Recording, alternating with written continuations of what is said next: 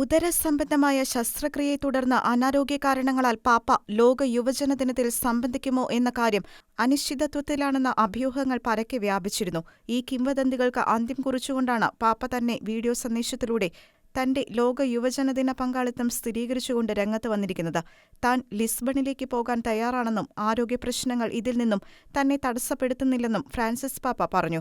ലിസ്ബണിന്റെ സഹായമെത്രാനും 2023 ലോക യുവജനദിനത്തിന്റെ കോർഡിനേറ്ററുമായ bishop Americo അഗ്വയെ record ചെയ്ത വീഡിയോയിൽ ചാരനിറത്തിലുള്ള WYD ബ്രാൻഡഡ് ബാക്ക്പാക്ക് ഉയർത്തിക്കൊണ്ട് ഫ്രാൻസിസ് മാർപാപ്പ ലോക യുവജനദിനത്തിൽ പങ്കെടുക്കാനുള്ള തന്റെ ആവേശവും ആകാംക്ഷയും പങ്കുവയ്ക്കുന്ന ദൃശ്യങ്ങളും ഉണ്ട്.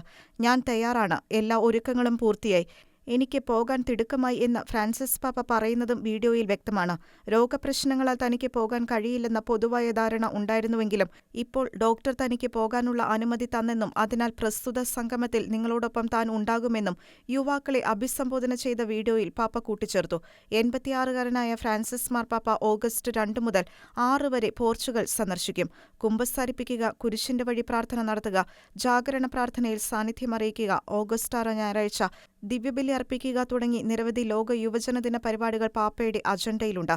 ജീവിതത്തെ ആശയങ്ങളിലേക്ക് ചുരുക്കി ജീവിതത്തിന്റെ സന്തോഷവും കണ്ടുമുട്ടലിന്റെ അനുഭവവും നഷ്ടപ്പെടുത്തുകയും ചെയ്യുന്നവരെ അനുകരിക്കരുതെന്നും അവർക്ക് വേണ്ടി പ്രാർത്ഥിക്കണമെന്നും പാപ്പ ആഹ്വാനം ചെയ്തു.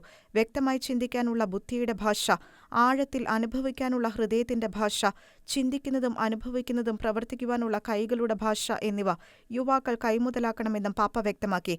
ധൈര്യമായി മുന്നോട്ടു പോകുക, ലിസ്ബണിൽ കാണാം എന്നും പാപ്പ കൂട്ടിച്ചേർത്തു.